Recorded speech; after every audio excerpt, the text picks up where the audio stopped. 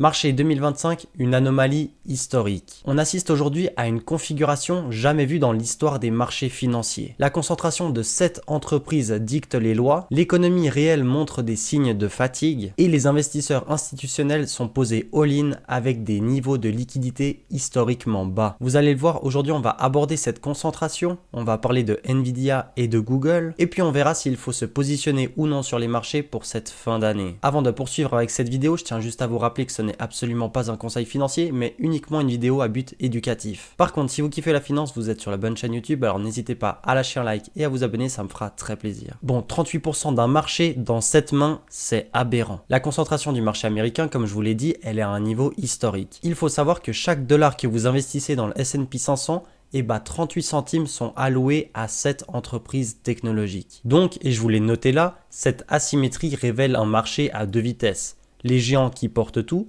et le reste qui peine. À noter que cette concentration, elle a doublé depuis son niveau pré-pandémie 2020. Pour vous donner d'autres chiffres, le top 10 des actions US, il représente 42% du S&P 500. C'est énorme. Et dans le S&P 500, qui comporte les 500 plus grosses entreprises américaines, 158 actions sont gagnantes. Qu'est-ce que j'entends par là? Tout simplement, les actions gagnantes, c'est celles qui surperforment l'indice. Donc sur 500 entreprises, 158 uniquement surperforment cet indice. Regardez sur cette image, on a la part des 7 magnifiques dans la valeur totale du S&P 500. Si vous regardez l'ensemble des actions, toutes les courbes tendent vers le haut. Donc chaque action prend de plus en plus de place dans le S&P 500. Et si on prend les 3 plus grosses entreprises qui pèsent dans cet indice, donc Apple, Microsoft et Nvidia, on a 7 plus 7 plus 8 qui fait environ 22% de l'indice. Je répète, 3 actions comptent pour 1/5 de l'indice qui comporte au total 500 entreprises. On continue sur cette image qui nous parle du nombre d'actions du S&P 500 qui battent l'indice en lui-même. Regardez, actuellement, 2025 se classe parmi la 3e pire année. Dans ce classement, on a seulement 1998 et 2023 qui ont fait moins bien que 2025. Quand je parle du meilleur au pire, j'entends par meilleur un nombre élevé d'actions qui surperforment cet indice. Et quand j'entends par le pire, c'est un nombre faible d'actions qui surperforment l'indice. Petite dernière note, ce niveau de concentration, il dépasse même celui observé lors de la bulle Internet de 2000. Le marché en lui-même, il est trompeur. Si on retire la Big Tech, la majorité des actions sous-performent significativement. Parlons du choc des titans, Meta qui lâche Nvidia. C'est tombé cette semaine, on a une rumeur explosive. Meta serait en discussion avancée avec Google pour utiliser leur puce TPU, remettant en question le monopole de Nvidia sur le marché de l'intelligence artificielle. Et forcément, la réaction du marché, elle a été immédiate. Nvidia a perdu 7% en une seule séance, mais il faut savoir qu'au cours de la séance après, elle a rebondi. Donc quand je dis moins 7%, c'est le plus bas de la séance. Je vous ai dit que Nvidia perdait 7%, mais qu'est-ce qu'a fait le S&P 500 ? C'est là que c'est extraordinaire. Regardez au cours de la séance, Nvidia à ce moment-là perdait moins 4,94%. Par contre, le S&P 500, lui, il était à plus 0,23%. Et ce qui est extraordinaire, c'est qu'un tel décalage entre Nvidia et le marché, on l'avait pas vu depuis que Nvidia valait 500 milliards de dollars de capitalisation. Alors vraiment, c'est un phénomène assez rare pour le noter et pour vous l'expliquer juste là. Nvidia qui a été affaibli par la news, ok, mais attention, on a quand même une réalité du marché. Malgré la volatilité, les analystes restent optimistes sur Nvidia. Morgan Stanley confirme que la demande en calcul IA dépasse l'offre de 50 à 70%. Et dans cette offre, Nvidia reste le leader incontesté avec presque 90% de monopole. Par contre, la demande augmente tellement vite que Nvidia ne peut pas la combler toute seule. Et c'est là que Google entre en jeu pour combler les manques et la guerre de l'intelligence artificielle est officiellement déclarée. D'ailleurs, suite à la news, si on compare Nvidia à Alphabet, on voit que Alphabet se comporte avec plus 3,41% sur la séance et Nvidia, elle, était à ce moment-là à moins 4,08%. Ça montre bien qu'à présent, Nvidia n'est plus toute seule sur le marché. Reste que, comme je vous le disais, la part des revenus d'Nvidia dans les data centers et l'intelligence artificielle, elle atteint presque les 90%. Donc c'est pas parce que Google arrive sur le marché que c'est la fin de Nvidia. On est d'accord. Ici, on a une image très intéressante. On voit que Alphabet apparaît comme le meilleur driver du marché US. C'est-à-dire que Google a été l'élément principal dans la hausse des marchés cette année. Regardez bien, Google compte pour 19,4% de la hausse du S&P 500. Nvidia, c'est 16%, Broadcom, 7,8%, Microsoft 5,7% et le reste du top 10 du S&P 500 pour 10,6%. Et là, accrochez-vous bien, les 490 autres entreprises du S&P 500 ont compté pour seulement 40,6% de la hausse. Petite note, on a des opportunités pour les traders ou alors tous ceux qui cherchent à se positionner intelligemment. Parce que oui, cette volatilité, elle crée des points d'entrée stratégiques. Le sentiment cette année, il bascule souvent et rapidement de bulle à nouvelles opportunités dans un secteur où la demande structurelle reste intacte. Je m'explique. À chaque fois qu'on a une correction, tout le monde crie « Ah, attention, on va avoir un éclatement de la bulle ». Et pendant ce mouvement-là, on a très vite l'indice Fear and Greed qui tombe dans l'extrême peur. Par contre, derrière, on a quelques petites bonnes nouvelles et bam, là, le marché, il réaugmente. Et à ce moment-là, tout le monde tombe dans la peur de rater la prochaine occasion. Donc on a un gros FOMO et boum, les marchés, ils explosent. Et puis après, rebelote. On a une baisse, tout le monde a peur, tout le monde dit que c'est la fin de l'intelligence artificielle, enfin plutôt la fin de la bulle de l'intelligence artificielle. Et puis après, ça repart à la hausse et tout le monde re-rentre sur le marché et puis on fait des plus hauts historiques. Dans tout ça, on a quand même les États-Unis qui sont fracturés. Pendant que la bourse flambe et atteint des records historiques, l'économie réelle montre des signaux préoccupants de détérioration. Cette différence entre les marchés financiers et réalité économique n'a jamais été aussi marquée. Tout d'abord, on a une concentration des richesses.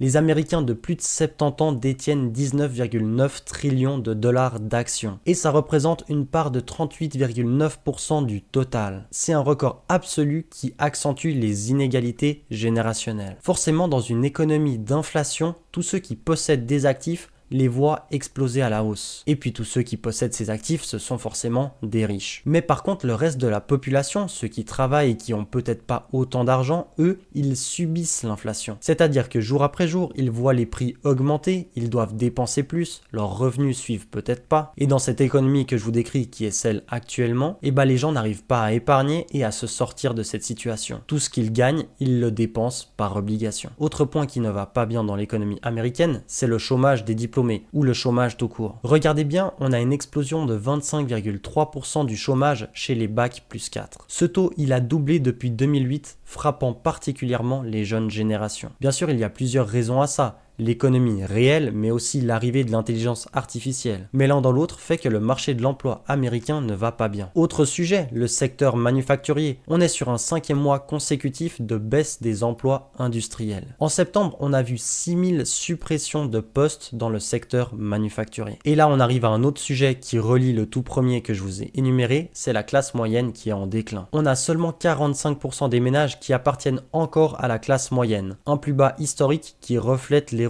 du tissu social américain. Toujours comme d'habitude, je vous montre des images pour expliquer tout ce que je viens de vous dire. Bon, regardons la part d'actions que détiennent les plus de 70 ans aux États-Unis. Déjà ici, on a la bulle de 2000. En 2000, c'était déjà une bonne partie, environ 25%. Puis juste avant le crack de 2008, on était un peu plus bas à environ 22-23%. Ensuite, depuis 2008, ça a augmenté jusqu'à la crise de 2020 pendant la pandémie. Ici, on a corrigé et on a touché environ les 29%. Mais regardez bien, depuis ce moment, la part d'actions détenues par les plus de 70 ans aux États-Unis, elle approche des 40%. Et si on prend les plus de 70 ans et les mutual funds, on atteint les 45% des actions. Donc une toute petite minorité des personnes détiennent presque 50% du marché des actions aux États-Unis. On peut commencer à réfléchir, qu'est-ce qui va se passer lorsque ces personnes vont décéder? Elles vont léguer leurs actifs. Mais qu'est-ce que vont faire les personnes qui héritent? Ça, c'est une bonne question. Ici, on a le taux de chômage des Bac plus 4 aux États-Unis. Tout le monde voit la courbe. Regardez comme elle explose. On dépasse même le pic qu'il y a eu pendant le Covid. C'est complètement fou. Les jeunes n'arrivent pas à trouver de travail. Si on compare à 2005-2007, on est 2 fois plus élevé. Ici, je vous prends les employés dans le secteur manufacturier aux États-Unis. Si on regarde 2025 et qu'on supprime le début d'année, le reste de l'année, il est très négatif. On a des pertes d'emplois. À nouveau, pour vous parler du déséquilibre de la richesse aux États-Unis, on a cette image. Regardez la part des personnes qui gagnent 150 000 $ ou plus entre les années 1965 et aujourd'hui. Cette part, elle était toute petite en 1965. Mais regardez comme aujourd'hui, elle a grandi. Et elle a grandi au détriment de qui ?